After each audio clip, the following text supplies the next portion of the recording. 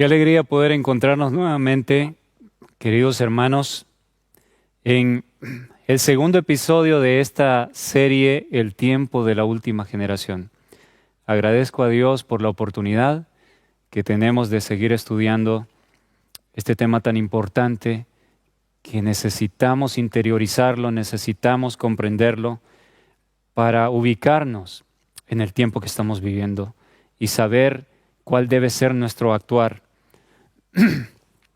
Sean cada uno de ustedes bienvenidos, que la paz de Dios sea en sus vidas, que el Señor pueda dirigirnos en este estudio. Les recomiendo, pueden tomar sus Biblias, papel, lápiz o marcadores para que puedan marcar, subrayar su Biblia y eso les ayudará a recordar lo que vamos a estudiar a continuación. Antes de comenzar, les pido que allí donde están viendo puedan arrodillarse si es posible. Por el contexto en el que estoy grabando, yo no puedo hacerlo en este momento, pero si usted puede, la mejor manera es arrodillarse. Mientras tanto, yo inclinaré mi rostro para poder orar. Oremos. Nuestro bondadoso Dios, nuestro Padre, estoy aquí ante mis hermanos, reconociendo que soy un hombre débil, que soy polvo nada más, Señor. Pero usted es grande y su palabra es hermosa y poderosa. Le suplico por su misericordia que pueda usarme en esta hora para que el Espíritu Santo a través de mis labios pueda hablar palabras de vida a nuestros hermanos y amigos que escucharán. Dirija mi mente y dirija a mis hermanos que están escuchando. Se lo ruego en Cristo Jesús. Amén.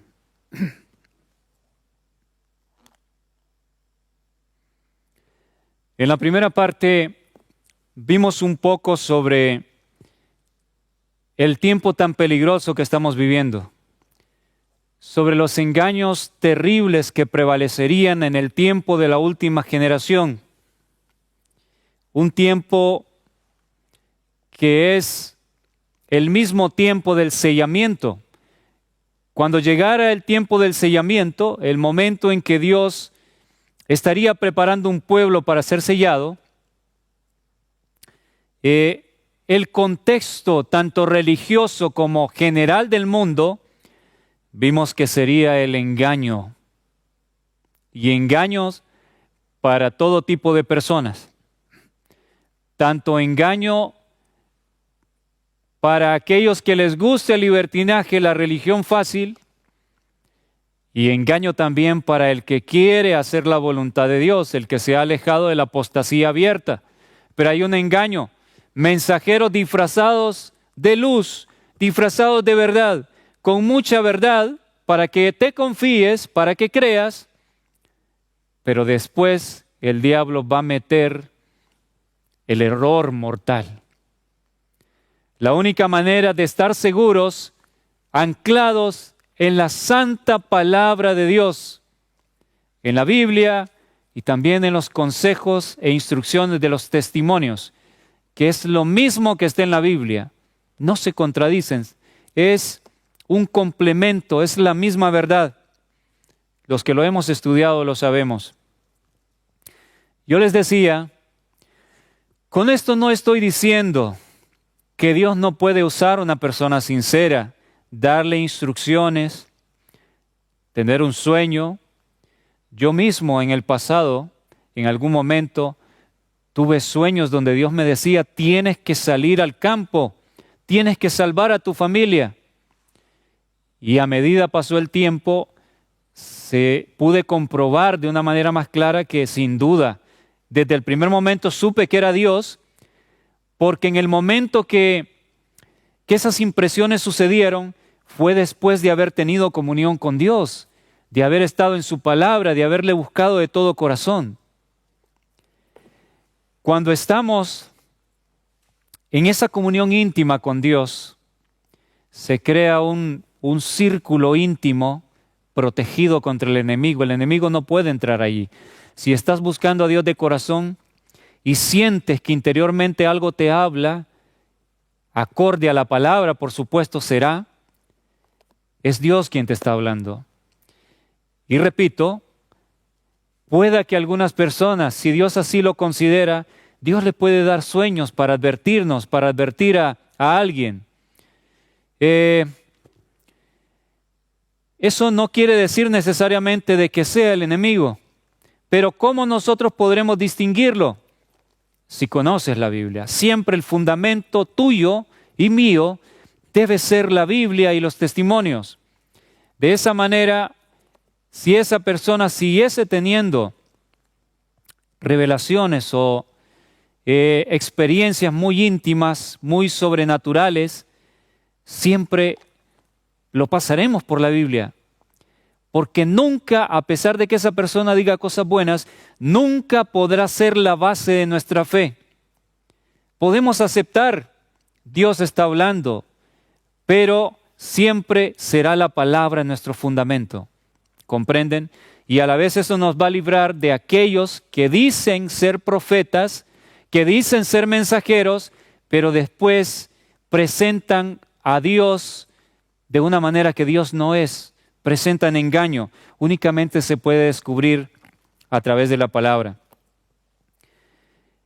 En esta ocasión vamos a comenzar a meditar en un salmo, que es un salmo extraordinario, profético para el tiempo del fin. Ese salmo es el Salmo número 1.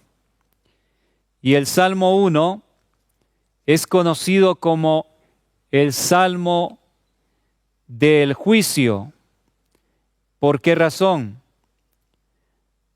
Porque el Salmo 1 nos muestra los dos tipos de personas que prevalecerían en el tiempo del fin, los dos grupos.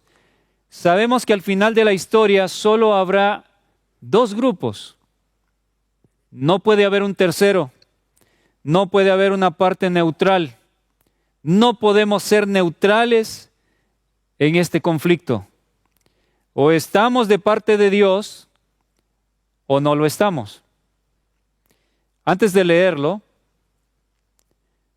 yo quiero compartir con ustedes lo que dice el libro Mensajes Selectos, tomo 3, página 386. Párrafo 1. Cada uno de los profetas antiguos habló menos para su propio tiempo que para el nuestro, de manera que sus profecías son válidas para nosotros. Y estas cosas acontecieron como ejemplo y están escritas para amonestarnos a nosotros, a quienes han alcanzado los fines de los siglos. A estos se les reveló que no para sí mismos, sino para nosotros administraban las cosas que ahora os son anunciadas, por los que os han predicado el Evangelio y por el Espíritu Santo enviado del cielo, cosas en las cuales anhelan mirar los santos ángeles. Entonces está claro lo que dice esta cita. Cada uno de los profetas antiguos escribió menos para su tiempo que para el nuestro, de manera que sus profecías son válidas para nosotros hoy en día. Jeremías, Isaías, Habacuc, todos los profetas, los escritores de la Biblia, la mayor parte del contenido era muy poco para su tiempo y la mayor parte está dirigido o apuntan ¿a qué generación? A la última generación. Hay una cita de la sierva del Señor, no la tengo en este momento conmigo, está en la Biblia de estudio con comentarios del Espíritu de Profecía. Hay una cita que dice algo así, que la Biblia ha reunido sus tesoros para la última generación. Entonces, Mis amados hermanos, cuando alguien les diga, Ezequiel 8, que habla de las abominaciones de Jerusalén, eso no lo puedes aplicar para la iglesia hoy en día, eso era para el tiempo de Ezequiel, porque así piensan muchos. No, hay que ver el contexto histórico, hay que ver a quién se estaba dirigiendo, y entonces toman profecías importantes y dicen, no, era solo para el tiempo de Ezequiel. No, lo que Isaías escribió era solo para el tiempo de Isaías. No es para nuestro tiempo. Así lo ven. Pero el espíritu de profecía nos está diciendo todo lo contrario. Nos está diciendo que en realidad la mayor parte de lo que escribieron los profetas, los escritores bíblicos, es para nuestro tiempo. La última generación es muy importante a la vista de Dios, porque es la generación en la cual se van a manifestar los hijos de Dios, se van a revelar, la generación que va a guardar los mandamientos de Dios. Nosotros a menudo decimos, guardamos los mandamientos, somos el pueblo de Dios. ¿Qué es guardar los mandamientos? Primera de Juan 3:4 dice que el pecado es violar los mandamientos. Pero guardarlos entonces es lo contrario, es no pecar más. Si bien es cierto, hermanos, hay una diferencia entre pecado deliberado, pecado abierto, disfrutando de las perversiones que ofrece este mundo, y pecar por debilidad. La Biblia enseña que si estás luchando de todo corazón, tienes un momento de debilidad y cometes un error, abogado tenemos para con el Padre, a Jesús. Su justicia nos cubre en ese contexto. Pero aunque la justicia de Cristo nos cubre por los errores que podemos cometer por debilidad y vamos llorando, arrepentidos, pedimos perdón, y no hay condenación para los hijos de Dios, para los que le estamos buscando de corazón. Si bien es cierto, eso sucede así, pero la Biblia nos enseña que llegará el momento en que en verdad no pecaremos nunca. No tendremos ya inclinación a pecar. Habremos vencido por la gracia de Dios. Y es ahí donde el Señor pronunciará esas palabras que están en Apocalipsis 14:12, donde dice, aquí está la paciencia de los santos, los que guardan los mandamientos de Dios y tienen el testimonio de Jesús. No los que intentan guardarlos, sino los que los guardan plenamente. Entonces, a eso el Señor nos quiere llevar. Por eso la última generación es tan importante y por eso el compendio de la palabra de Dios, la mayor parte, es destinada, dirigida a nosotros como última generación. Eso debemos tenerlo muy en claro. Entonces, significa que al estudiar la Biblia, claramente debemos entender Ezequiel 8, al hablar de las abominaciones de Jerusalén, se refiere a la última iglesia, a la profesa iglesia que sirve al Señor, que acontecen abominaciones terribles. Ezequiel 8 está conectado con Ezequiel 9, y Ezequiel 9 habla del sellamiento precisamente, igual que Apocalipsis 7. De hecho, la sierva del Señor, en Testimonios para la Iglesia, tomo 5, el capítulo del sello de Dios, nos habla de que Ezequiel 9 está hablando de la iglesia adventista del séptimo día. Léalo si usted no me cree. Hay muchas cosas y se va a impactar de lo que usted va a leer allí. Pero bueno, no voy a entrar en detalle de lo que dice el capítulo El sello de Dios de Testimonios para la Iglesia, tomo 5. En este momento no entraremos en detalle, pero lo que quiero hacerles ver es que cada parte de la Biblia, la mayoría, tienen una aplicación para el tiempo del fin. Tenemos que reconocer que hubo un cumplimiento parcial en la época de los profetas en algunos pasajes de la Biblia, pero gran parte de ellos tienen un cumplimiento más pleno en la última generación.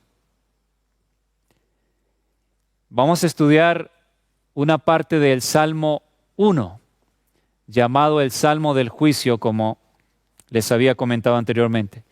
Vamos a ir a Salmo 1, versículo 1 en adelante.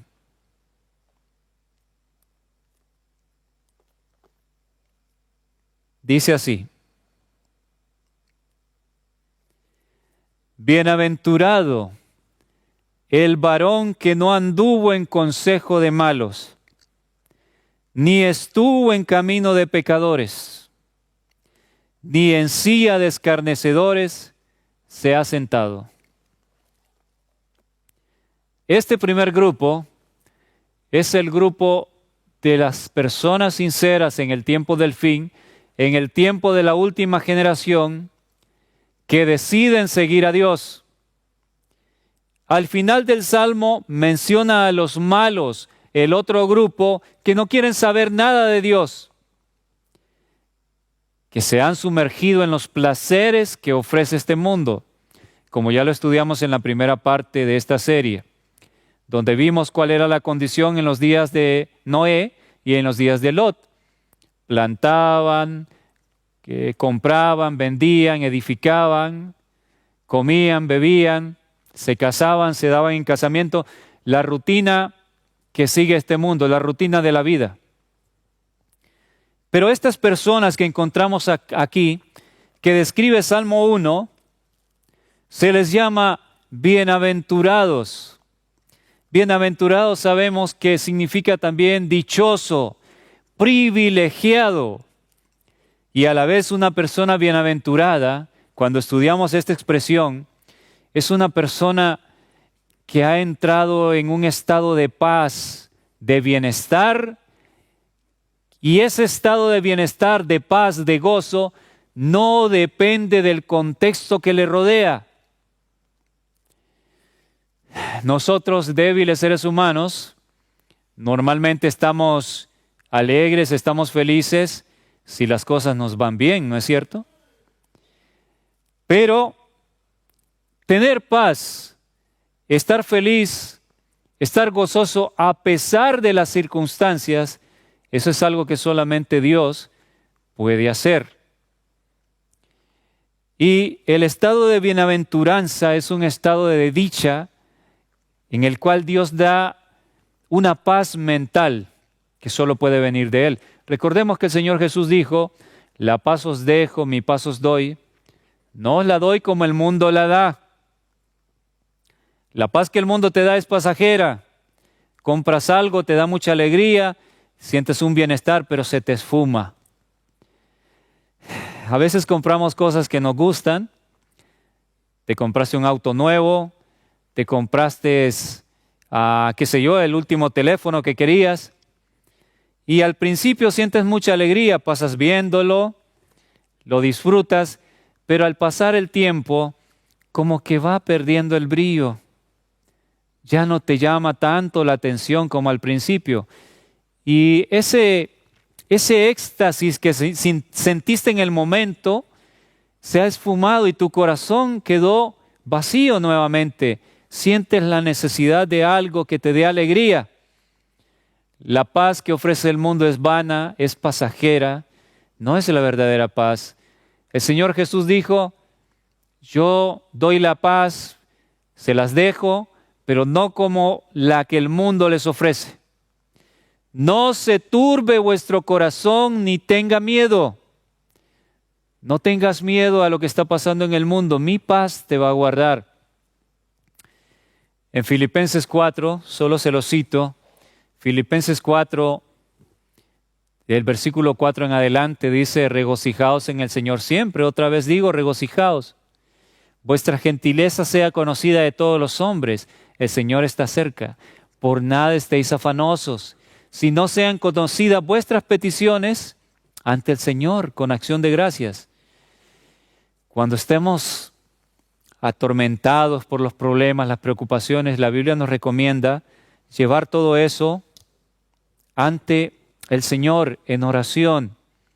Cuando lo hacemos, la promesa es la paz de Dios que sobrepasa todo entendimiento, guardará vuestros corazones en Cristo Jesús. La paz que Dios da no se puede entender humanamente, es imposible entender la paz que Dios nos da. Cuando tú lo experimentes y estés muy triste, muy dolido, pero acudes a Dios en busca de su paz, reclamas la promesa.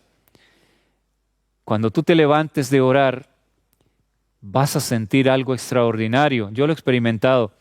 Y tú vas a decir, tengo razones para estar triste, pero ¿por qué no me siento triste? No lo puedo explicar. Es porque la paz que sobrepasa todo entendimiento ha llenado tu corazón. Alabado sea Dios. El estado de bienaventuranza es el que las personas que describe Salmo 1, las que deciden seguir el camino de Dios, este estado comienza a albergarles. Y no solo eso, también se les llama bienaventurados porque son un grupo dichoso, privilegiado, aunque el mundo los vea como raros, como gente loca, que no quiere sumarse a las festividades y a la manera de actuar del mundo entero. Dios los ve como privilegiados, como dichosos, así se les llama, porque lo que sucederá en sus vidas al final es extraordinario, una obra que Dios culminará en cada uno. Seguimos leyendo. Bienaventurado el varón que no anduvo en consejo de malos. Nos detenemos aquí para analizar un poco. Quiero decirles que lo que nos está describiendo el Salmo es el tiempo de la última generación.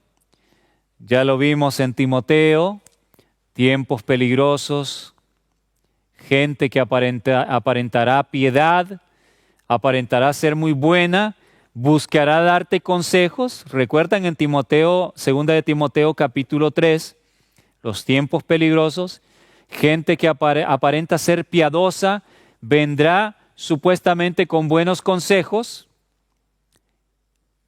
quiere tu bien, te dirán que quiere tu bien, tu salud, tu bienestar. Entonces, aquí nos está describiendo esta misma situación. Nos está diciendo que los que no caigan en los consejos de los malos, y noten cómo les dice, no dice en los engaños de los malos, dice en los consejos. Hermano, cuando alguien viene a darte consejo, se supone que es porque quiere tu bien, ¿no es cierto? Y dice, yo te aconsejo por tu bien, yo te aconsejo para que protejas tu vida, que debes hacer esto, debes hacer esto otro, debes actuar así. Entonces es fácil ser engañado cuando alguien viene dándote consejos aparentemente buenos. Pero hay algo en los bienaventurados del Señor, en la última generación que se está preparando con el Señor, hay algo que les hace percibir que lo que esta gente está diciendo, disfrazado de consejos, son mentiras, son engaños. Veremos al final qué es lo que permite que estas personas tengan ese discernimiento para saber detectar el engaño. En la primera parte lo mencionamos. Ahora lo vamos a confirmar con lo que estos textos dicen. Bueno, es interesante que en esta parte, donde dice, el que no anduvo en consejo de malos es bienaventurado. los consejos que predominan en la última generación, pero son consejos de gente muy mala que quiere destruir a la humanidad, que quiere hacer daño, y ya dañaron a muchas personas que han muerto. Consejos de maldad. Martín Lutero, este hombre de Dios que vivió hace siglos atrás, el que utilizó para traer la reforma protestante, este hombre me impresionó investigando acerca de lo que él escribió sobre el Salmo 1. ¿Saben lo que él dijo sobre esta parte? Consejo de malos. Él dijo: estudiando en los idiomas originales, me he dado cuenta que la palabra traducida como consejo también se puede traducir adoctrinamiento.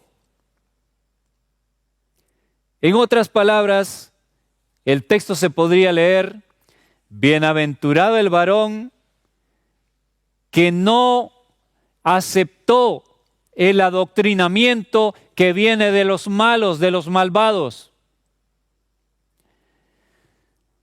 Y adoctrinamiento son enseñanzas, son doctrinas, son maneras de pensar, de ver la vida que quieren inculcar a la actual sociedad y que lo han hecho con gran parte ya. ¿Acaso, mis amados hermanos y amigos, no es precisamente el tiempo que estamos viviendo, donde se busca adoctrinar, lavarnos la cabeza, lavarnos el cerebro? En las instituciones, en los colegios, en las escuelas, en las universidades, no se le está metiendo a los niños, jóvenes, adultos, la idea de que hay una manera de ver la vida, que es una manera supuestamente de respetando a los demás. Hay una manera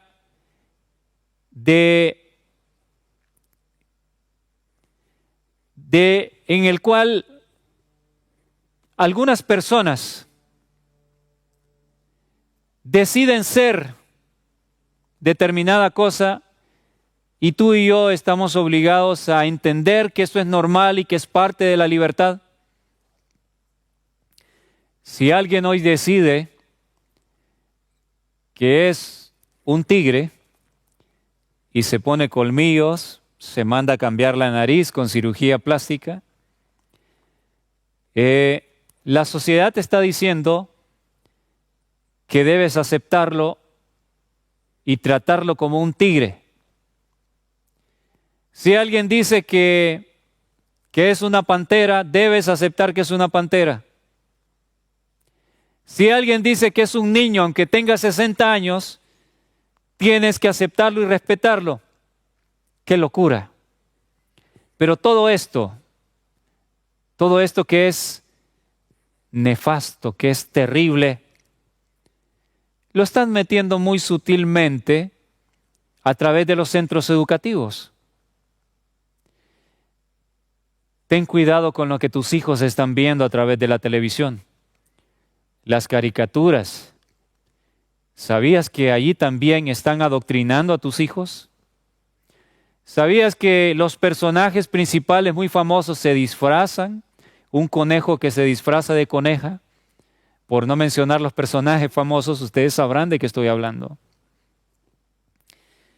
Todo eso es el adoctrinamiento. Querer hacer pensar a la gente de una manera que la gente muy malvada que está allá arriba en el poder, les conviene que la humanidad piense como ellos desean para lograr sus planes.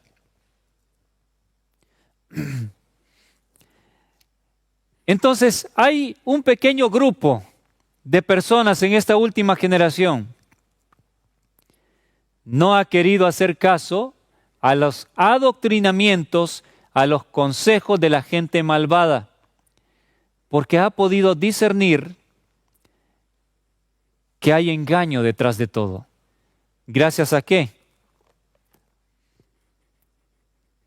Al estudiar la Biblia, al estudiar los testimonios del Espíritu de profecía. Si tú, mi querido hermano o hermana, no pasas tiempo en la Biblia, no la estudias, no sabes lo que dice la Biblia, ¿cómo te vas a librar de los engaños?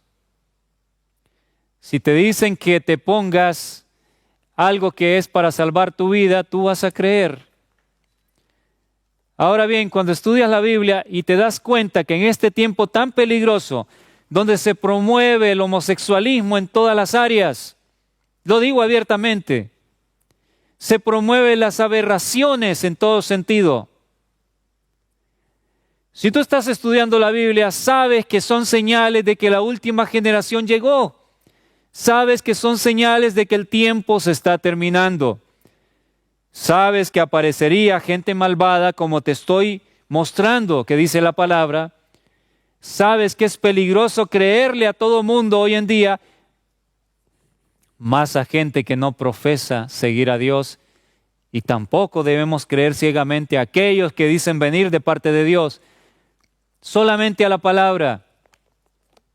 Si lees los testimonios, sabrás el plan de Dios para sanar a sus hijos, para guardarnos de las enfermedades de siempre y principalmente en este último tiempo tan peligroso. Pero si no conoces, entonces vas a poner tu confianza siempre en las drogas que se producen, en los consejos que vienen de los médicos famosos, que no conocen la Biblia, no conocen las instrucciones del Señor. Entonces, eso es decidir poner la confianza en el hombre y no en Dios. Vamos a ver que la Biblia nos advierte de esto, que sería precisamente este tiempo. Los que son bienaventurados, como conocen las Biblias, estudian la palabra, han notado que algo raro está pasando en el mundo y no quieren dejarse llevar por la corriente. Bienaventurado el varón que no anduvo en consejo de malos, ni estuvo en camino de pecadores. Camino de pecadores. ¿A qué hace referencia esto? Veamos en Génesis, capítulo 6, versículo 9 y 12. Génesis 6, 9 y 12. Dice así, la generación antes del diluvio. Recuerden que leímos que el Señor Jesús dijo que esta última generación sería idéntica a la generación antes del diluvio. Estas son las generaciones de Noé. Noé, varón justo, era perfecto en sus generaciones.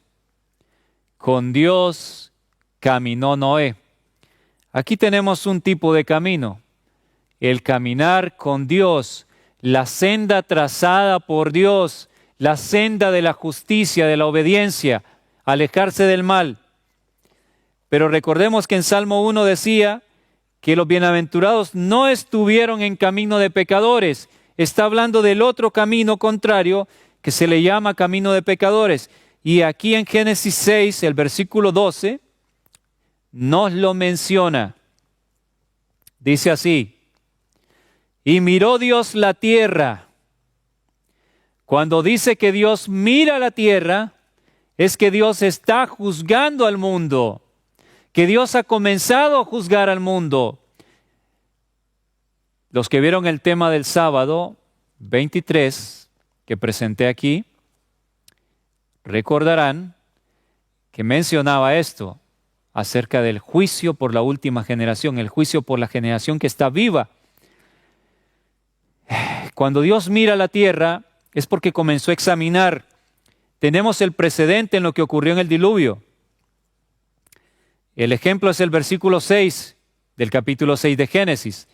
Vio Jehová que la maldad de los hombres era mucha en la tierra y que todo designio de los pensamientos del corazón de ellos era de continuo solamente al mal.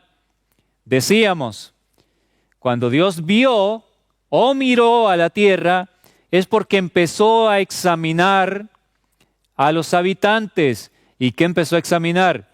Sus corazones. Vio dentro de sus mentes. No se puede pensar con el órgano que bombea la sangre, pero sí con nuestro cerebro. Cuando la Biblia habla de corazón, es la mente humana. Vio que los pensamientos eran solo perversos de maldad, cosas terribles, cochinas. Esos eran los pensamientos de esa generación. ¿Será que estamos igual? Ustedes saben cómo están las cosas. Entonces el versículo 12 dice, miró Dios la tierra para juzgarla, y he aquí que estaba corrompida, porque toda carne había corrompido su camino sobre la tierra. Camino corrompido. ¿En qué sentido? La mente estaba enfocada hacia el mundo. Ya vimos las palabras del Señor Jesús. ¿Cómo sería la última generación? ¿Cómo fue en el tiempo de Noé, en el tiempo de Lot? ¿Dónde estaba la mente de ellos? ¿Estaba en Dios? ¿Estaba en prepararse para lo que viene? ¿Estaba en tratar de conocer el rostro de Dios? ¿De devorar la palabra, de buscarle para conocer cómo es Dios? Para conocer que Él es bueno y que su amor les llene y sean librados. ¿Estaba la mente dirigida a eso? Para nada. De ninguna manera. Estaba en vender, comprar, plantar, edificar, casarse, darse en casamiento. No es malo casarse, pero cuando se va al exceso y se toma como un juego, te casas pero te aburriste de la persona, entonces lo dejas y te buscas otro u otra. Eso es lo que pasaba antes del diluvio. Las perversiones sexuales desenfrenadas estaban a la orden del día. Por lo tanto, la gente buscaba pareja para satisfacer la carne, no por amor, no para buscar un matrimonio acorde a lo que Dios estableció, sino al exceso. Lo mismo sucede con el comer. Comer es algo bueno que Dios dejó, comer y beber, un placer. Saboreamos lo que Dios nos dejó. Pero esta gente iba a los excesos, a la glotonería, a comer cosas que Dios prohibió que se comieran. Y el comer tiene que ver mucho con cómo funciona nuestra mente, como lo veremos en algún momento. Entonces, cuando Génesis dice que Dios vio, el versículo 12, vio la tierra y estaba corrompida, toda carne había corrompido su camino. Se refiere precisamente a eso. El camino estaba corrompido y en el original la palabra denota que estaba podrido. Es algo que se pudre. Cuando algo se pudre, está maloliente, asqueroso. Así ve Dios el camino que se aleja cada vez más de Él. Camino corrompido. La palabra corromper es como cuando un cadáver se pudre. Un cadáver de animal o de persona. ¿Qué sucede? Es un olor nauseabundo, un olor horrible. De esa manera estaban las mentes, los corazones y el accionar de las personas antes del diluvio. Un camino corrompido, se pudrió. Se pudrió porque la gente vivía para hacer el mal únicamente. Hoy estamos igual en la última generación. ¿Escuchan ustedes de qué habla la juventud hoy en día? Las palabras perversas, las palabras sucias que pronuncian la mayoría, las bromas que se hacen. ¿Para qué vive la gente en derredor? Tienen el sexo pervertido en sus mentes continuamente. Todo está podrido. La vida no se respeta. Se le quita la vida a las personas por una suma baja de dinero. ¿Y quiénes son? Personas que tienen una sangre fría, que han ido muy lejos y no les importa.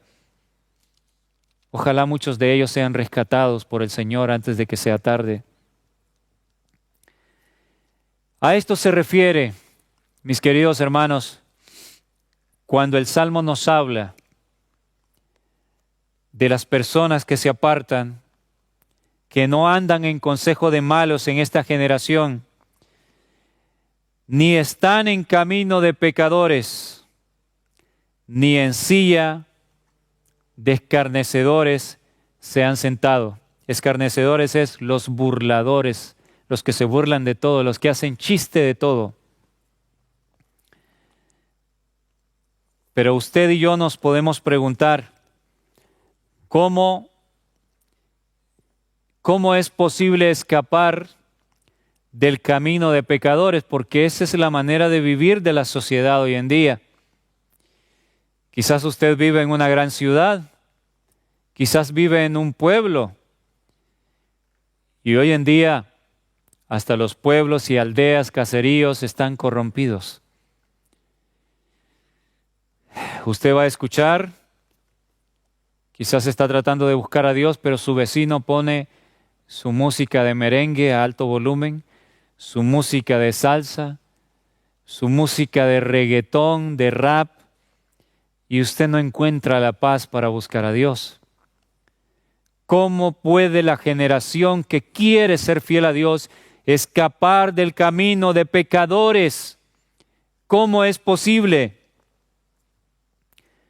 Recuerden lo de la visión que comentábamos. La visión del camino que sigue el pueblo de Dios es muy alto, elevado por sobre el mundo. Ella no encontró al pueblo adventista en el mundo, el pueblo adventista fiel. No estoy hablando de los que tienen el nombre de adventistas, pero se han ido con Roma. No estoy hablando de ellos, de los que han traicionado este mensaje. Estoy hablando de los que quieren hacer la voluntad de Dios. El camino se eleva por sobre el mundo.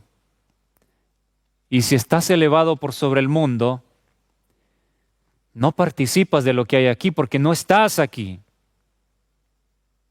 No hay tiempo para ver las celebraciones en derredor. La mal llamada Semana Santa, Navidad, Año Nuevo, todas las fiestas paganas.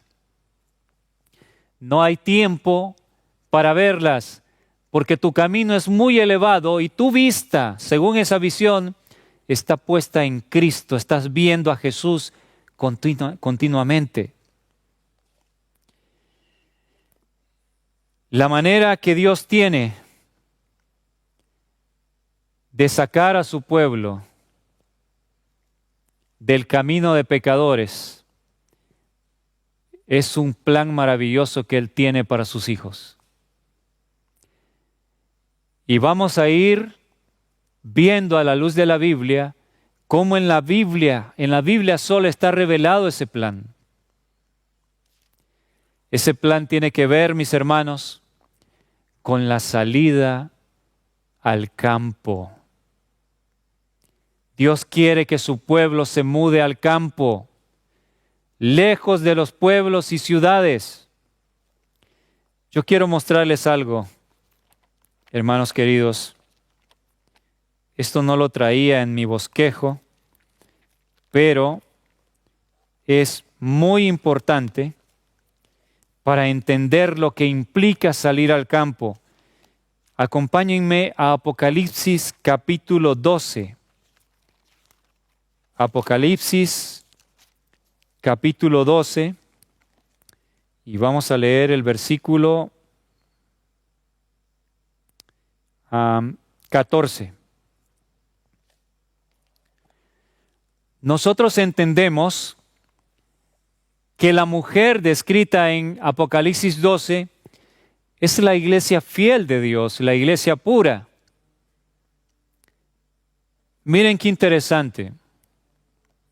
Esa iglesia que sufrió persecución en los siglos pasados, que fue fiel al Señor, se dice de ella en el versículo 14, y se le dieron a la mujer las dos alas de la gran águila para que volase delante de la serpiente al desierto, a su lugar donde es sustentada por un tiempo y tiempos y la mitad de un tiempo. ¿Cuántas veces hemos leído este versículo y seguramente no hemos entendido la profundidad del mensaje que hay aquí? Pero por la gracia de Dios, solo por su gracia y su misericordia, vamos a entender tremendas verdades en esta hora. Solo por su misericordia, porque el Señor está dando más luz a su pueblo. Luz que no contradice la luz que ya hemos recibido. Cuando Daniel dice que la ciencia se aumentaría, se refiere en primer lugar al conocimiento, el entendimiento de la palabra de Dios. Noten lo siguiente. A la mujer se le dan las dos alas de la gran águila para que volase. ¿Por qué razón? Porque la serpiente, el dragón, quiere destruir a la mujer. ¿Quién es la serpiente? ¿Quién es el dragón? En el versículo 9 lo encontramos. Dice, fue lanzado fuera el gran dragón, la serpiente antigua que se llama el diablo y Satanás, el cual engaña al mundo entero, fue arrojado a la tierra y sus ángeles fueron arrojados con él. Vemos claramente que el dragón, la serpiente, es el mismo diablo. El diablo persigue a la iglesia, la ha perseguido siempre cuando quiere ser fiel. Y a la mujer se le dan las alas de la gran águila para que pueda escapar, para que volase de delante de la serpiente al desierto. Tenemos que aprender a entender que desierto no necesariamente significa, aquí en la Biblia, un lugar lleno de arena, un lugar donde no hay árboles, nada que ver. Yo les invito a que investiguen un poco, usen la concordancia Strong. En la concordancia Strong, la palabra que fue usada, que se usa aquí en este pasaje y que fue traducida al español como desierto, significa también lugar apartado, lugar distante. Sabemos que la iglesia en los siglos pasados, en la época de persecución de los 1260 años y aún antes de eso, fue llevada no al desierto del Sahara. ¿A dónde fue llevada? Los hermanos valdenses. ¿A dónde fueron llevados los valdenses? ¿Fueron llevados a un desierto de arena? No, fueron llevados a la montaña, entre los árboles, en las alturas. Pero era un lugar muy apartado, muy retirado. A eso se refiere aquí. A la mujer se le dieron las alas de la gran águila para que pudiese escapar del acoso del diablo. Interesante que se dice que son las alas de la gran águila. ¿Qué características tiene el águila que Dios lo usó para describir la ayuda que se le brindó a la mujer, a la iglesia? La característica que tiene es que el águila es un ave que no se da por vencida ante nada. Puede haber una tempestad, nubes borrascosas, y el águila las enfrenta. Es un ave muy valiente, las enfrenta y supera la tempestad. Por lo tanto, puede salir victoriosa. Y de esa manera nos ayuda a entender que a la iglesia se le dieron las alas de la gran águila para que, a pesar de los obstáculos que tuviera enfrente, pudiese huir, pudiese ir al lugar que Dios tiene preparado. es interesante que dice que se le dieron para que volase de delante de la serpiente al desierto. Esto es clave e importantísimo que nosotros lo entendamos. Analicemos. ¿Dónde vivían los cristianos en aquella época? Generalmente muchos de ellos, los valdenses, los albigenses, los cristianos que sufrieron persecución cuando tuvieron que salir a las montañas para buscar refugio. ¿Dónde estaban antes? ¿Dónde vivían? ¿Vivían en ciudades? ¿Vivían en pueblos? ¿Caseríos? ¿No es cierto? Es muy interesante que el texto nos dice que las alas, la ayuda de Dios vino para que volasen de delante de la serpiente hacia el desierto. Hermanos queridos, el texto nos está diciendo que en los lugares donde ellos estaban morando, estaban delante del mismo diablo allí.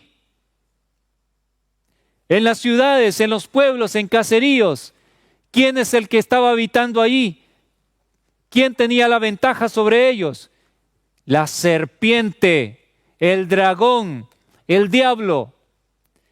El texto está diciendo eso en las ciudades, en los pueblos, en los caseríos. Están tan corruptos, lo estaban en aquel tiempo, pero hoy están quizás igual o peor, que allí es el diablo, el mismo dragón, la serpiente, quien mora. Todo cristiano que permanece en esos lugares perversos está delante de la serpiente, está delante del dragón.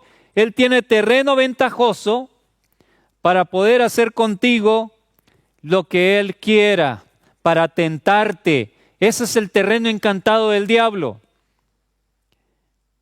Hermanos adventistas, hoy estamos en la misma situación. Hermanos de cualquier otra denominación que están observando, estamos en la misma situación.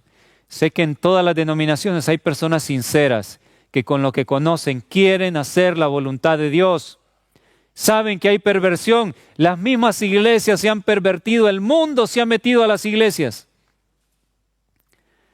En las ciudades, pueblos, caseríos, están tan corruptos y llenos de maldad que es terreno de la serpiente. Hay que salir de delante de la serpiente, delante del mismo diablo, e ir a un lugar apartado en la naturaleza. El texto lo dice, a su lugar que saliera de delante de la serpiente al desierto, a su lugar donde es sustentada por un tiempo, tiempos y la mitad de un tiempo. Ese lugar es preparado por Dios. No vamos a perecer, vamos a ser sustentados allí. Dice el versículo 15, la serpiente arrojó de su boca tras la mujer agua como un río, para que fuese arrastrada por el río. Sabemos que el agua en profecía representa multitudes que quieren hacer daño a la iglesia, quieren hacer daño al pueblo de Dios. Sabemos que esto se cumplió con las persecuciones, pero ¿qué si también son multitudes de gente, emisarios de Satanás, que vienen con costumbres perversas, que vienen con mensajes falsos, con adoctrinamientos, con consejos de malos, y quieren cambiar tu mente para hacerte claudicar de la verdad? La presión es muy fuerte al estar en las ciudades, en terreno encantado del diablo, en los pueblos. ¿Qué si este torrente es un torrente de iniquidad, como la sierva del Señor lo dice en Testimonios para la Iglesia, tomo 5, el sello de Dios, el capítulo del sello de Dios? Dice que hay un torrente de maldad que está arrastrando a todos y que hasta la misma iglesia adventista la ha arrastrado, y a las otras denominaciones que han querido ser conservadoras de igual manera. Un torrente de maldad, lo estudiaremos más adelante en más detalle. Ese torrente de maldad que el diablo arroja para hacernos retroceder, para pervertirnos como ha pervertido a todo el mundo, dice el texto Versículo 16, pero la tierra ayudó a la mujer, pues la tierra abrió su boca y tragó el río que el dragón había echado de su boca. La tierra, el lugar apartado que Dios tiene preparado para sustentar a su iglesia, el campo en las montañas, ese lugar es terreno ventajoso para Dios. Esa tierra nos va a ayudar porque la gloria de Dios mora allí. ¿Sabían ustedes que cuando vamos al campo somos desintoxicados de nuestra mente? Aquí tenemos que andar luchando, música que no nos gusta pero está sonando en la mente porque nuestro subconsciente lo capta, escenas que hemos visto, escenas incorrectas por la calle, cosas que hemos escuchado. Luchamos contra eso al estar en el campo. Cuando llevas ya varios días, semanas, todo eso comienza a ser sacado. El diablo puede tratar de tentarte allá, pero ese es terreno ventajoso para Dios. Y es donde Dios tiene planes de hacer su obra, acabarla en nuestros corazones. Amados hermanos, pueda que tengas deudas, que no tengas dinero y dices, ¿cómo haré para salir al campo? Dios te ofrece la misma ayuda que dio a su pueblo en el pasado. Las alas de la gran águila serán dadas a ti para que puedas superar cualquier obstáculo y Dios te guiará a un lugar apartado que Él tiene para que puedas ser sustentado y el torrente de maldad que el diablo ha arrojado para pervertir a todos los seres humanos no te podrá tocar porque ese terreno, esa tierra apartada que Dios tiene para sus hijos en medio de la naturaleza, donde el libro de la naturaleza nos habla del Creador, eso es una barrera que nos ayuda a vencer al diablo y nos recuerda siempre la gloria de Dios. Hay muchas cosas aún que tocar, iremos estudiando poco a poco y se han podido dar cuenta de cómo hemos estudiado la Biblia, analizando cada pasaje en detalle, cada expresión. Esa es la manera en que yo aprendí a estudiar, gracias a Dios. Y quiero transmitirla a ustedes para que puedan aprovechar el contenido maravilloso que hay en su palabra.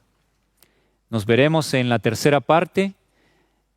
Que el nombre de Dios haya sido glorificado y que este mensaje no sea olvidado, que lo pongan en práctica. Vamos a orar, amados hermanos.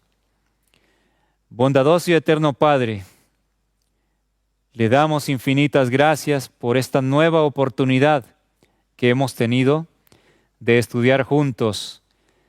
Y a medida avanzamos en el estudio nos damos cuenta que estamos en el tiempo de la última generación. No hay duda alguna. Pero usted tiene un plan, Señor, para que podamos estar entre los dichosos, los que se apartan del camino de maldad, los que no siguen el consejo de malos, y poder ir al lugar apartado que usted tiene. Que así sea, Señor, y nos siga guiando. Bendiga a cada oyente, a cada televidente. Que este mensaje pueda ser grabado en sus corazones. Se lo rogamos en Cristo Jesús. Amén.